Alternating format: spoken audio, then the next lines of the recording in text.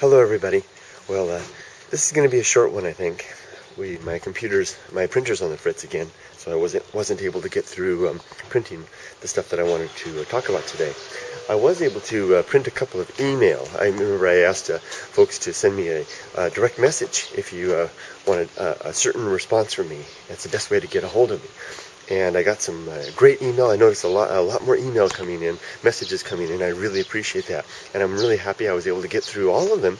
And get through is not the right word. It's not a task to get through. I was able to answer all of them, which is precisely what I want to do. It's a joy and something I really look forward to. Thank you for writing. Some of the questions that were sent to me in message form, I thought were suitable for to talk about here.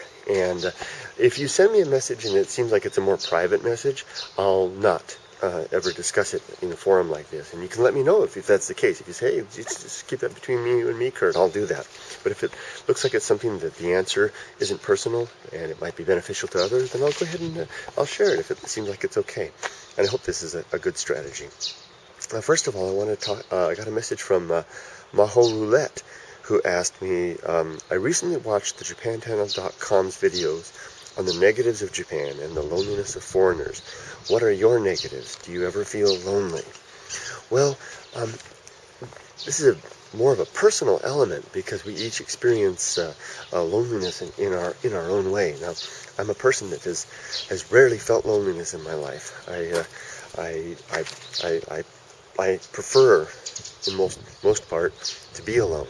And I'm a guy that if I was stranded on a deserted island, I probably could go many years without, well, I'd go nuts because I'm already halfway there anyway, but I'd probably go many years before I'd really feel lonely, I suspect.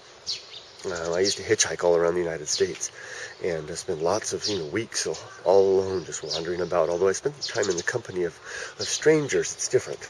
It never really seemed to be a factor for me, and I've never experienced loneliness here in Japan either. What I have sometimes missed is the sense of, in terms of negatives, I've missed the sense of fitting in. I've missed the sense of being a part of the community and being able to function as a normal part of the community. As the first time I was here in Japan, that was a factor when I was a single man, and it was more or less of an inconvenience to not be able to fit in. Now, as a married husband and a father, I feel it more stronger in terms of not being able to fulfill my role, to perform my function, to stand on my own 2 feet, so to speak. I have to rely on my wife and my daughter increasingly to help me to get along here in Japan, and it's frustrating to me. For example, when official documents come from the government, I can't read them, and I need to rely on my wife to help me. Sometimes even Emily has to help me out when I'm stumbling and trying to buy something. That's a frustration to me. So I think the biggest negative for me about living in Japan is not being able to fit in and to function normally. Sun Neko wrote and asked me about Christmas in Japan, specifically the holidays, but I think you were referring to Christmas in particular. And you noted that Christmas is a very secular holiday in Japan, and it's really not even a holiday in Japan. It's more of something that some people do, but most people basically ignore. It's in the stores, but that's more of a propaganda type of a thing. It's a selling angle. There are those who are religious. I know several Catholics here in Japan, and they take it very seriously. And although I don't know what they do privately on Christmas Day, it's not really recognized as a holiday, so to speak, within the culture itself. Obviously, it's much more important is the Shogatsu, the upcoming New Year's. And by the way, some people are asking me, is New Year's in Japan celebrated on the same day as New Year's in the West? And it is. They don't celebrate. It is January 1st. It's not the Chinese New Year or anything like that. Okay, woo, it's really cold. I'm starting to shake. Here's another question from El Calcorzi. I hope I say that right. Regarding old houses that sometimes I see and feature in videos that are out in the mountains. I'm going to go back this way. It's too cold here. Cold wind along the river. The question is, what happens to those old empty homes? Do the families sell them, or do they just fall apart? Does the government take them over? It makes me sad. I love old Japanese traditional homes. Can any foreign person buy them? As a Buddhist since 2002, I like that you can enter a Buddhist temple or Shinto shrine in Japan and be comfortable and feel welcomed, not like temples in New York. it is like you're even bothering them, and also they're not so friendly. I wish I could move to Japan. Thank you. It says Don't Worry, Taco. Well, that's a couple of questions there. First, about the old houses.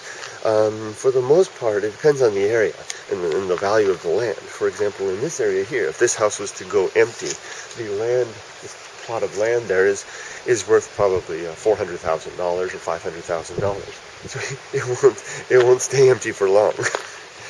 Out in the countryside, where no one wants to live, the land is basically worthless for the most part, and so the house will either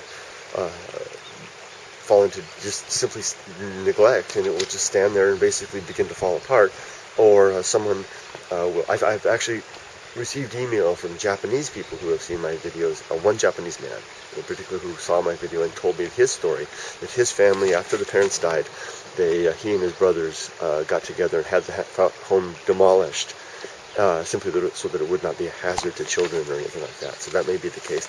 I often encounter in the mountains old houses that are just simply abandoned and slowly going back to the forest. There's several houses that are swallowed, that I know that are literally swallowed by the forest. There's one in particular that is swallowed, and the door is open and you can peek inside, and all of the possessions are inside. It is like a still life swallowed by the forest. As Buddhist temples and Shinto shrines, the way that kind of works here is you have to be a little careful with the Buddhist temples. Buddhist temples, I mean, they're all open. I've never been told to leave. But Buddhist temples are more like clubs, whereas the people who belong are the people who are members of the temple. And just about anybody can walk through. But from the Japanese perspective, you belong to a particular temple, and that's your temple. That's your family temple. And you probably have Japanese probably for the most part would, unless it's a famous temple, they would probably feel they have no business in another temple.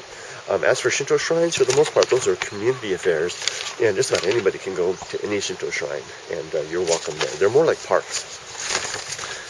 Okay, moving on to the next one. Whoa, I cannot believe how cold it is. This is from Matt, Sulfury 220, and he was asking about how is it adapting to Japan. It's a simple question with multiple answers. It's kind of like the one about what's difficult in Japan. It's a case-by-case basis. For me, so I can only answer it from my own perspective. For me, adapting to Japan is all about being willing to be silly and to make mistakes. It's all about being prepared before you come here. If you're the type of person that can't tolerate your own foolishness and making mistakes and stumbling, then you probably going to have a hard time in a place like Japan. However, if you're the type of person that can be comfortable with your own folly and with your own honest mistakes, then you've got every reason to come here, and you'll do well. Especially if you can be humble in the face of your own mistakes and polite and courteous in that regard. The Japanese will appreciate. They'll expect that you don't know their ways, and they'll, hello, doggy. They'll expect that you don't know their ways, and they will help you, and they'll be grateful for your willingness to try. So, adapting to Japan for me is all about the attitude that you bring when you come to this country. And if you're able to have an attitude of openness and consideration and a willingness to be human and to be fallible and to learn from those mistakes. That's what it's all about for me. Well, okay, friends. Well, I think I'm going to wrap it up now. I thought it would be a short one, but it didn't turn out to be that short. It's just so darn cold. I hope you guys all have a great day. I'll have more when my printer's back up and running, more comment threads for you guys. Okay, bye-bye. Have a great day.